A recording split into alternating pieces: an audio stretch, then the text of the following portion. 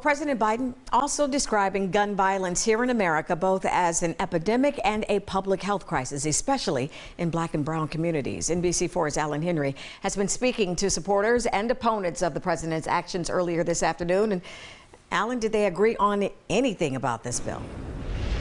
Well, Darlene, simply put, no. While both sides agree something needs to be done about the recent mass shootings in America, when it comes to what that something should be, they couldn't be further apart. Gun violence in this country is an epidemic, and it's an international embarrassment.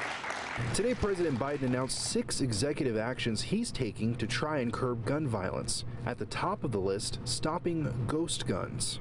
Currently, individuals can buy kits that contain all or almost all of the parts they need to assemble a gun. They can put a working weapon together in as little as 30 minutes. Giffords, a pro-gun control group, says it's a move that's long overdue.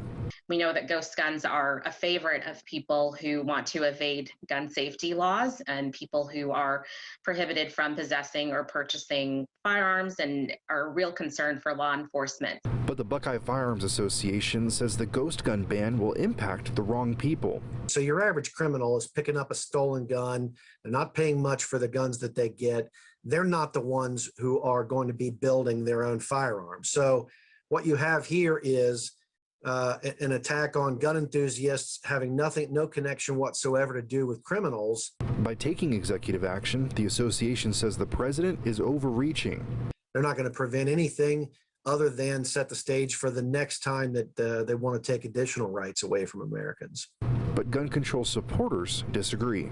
The proposals that President Biden announced today are very targeted, very specific, and certainly wouldn't lead to any sort of mass confiscation or infringement on the Second Amendment rights of people in Ohio. Now, the president even today said he hopes his actions are just the beginning. He's called on Congress to pass gun control laws that could have an even bigger impact, including universal background checks.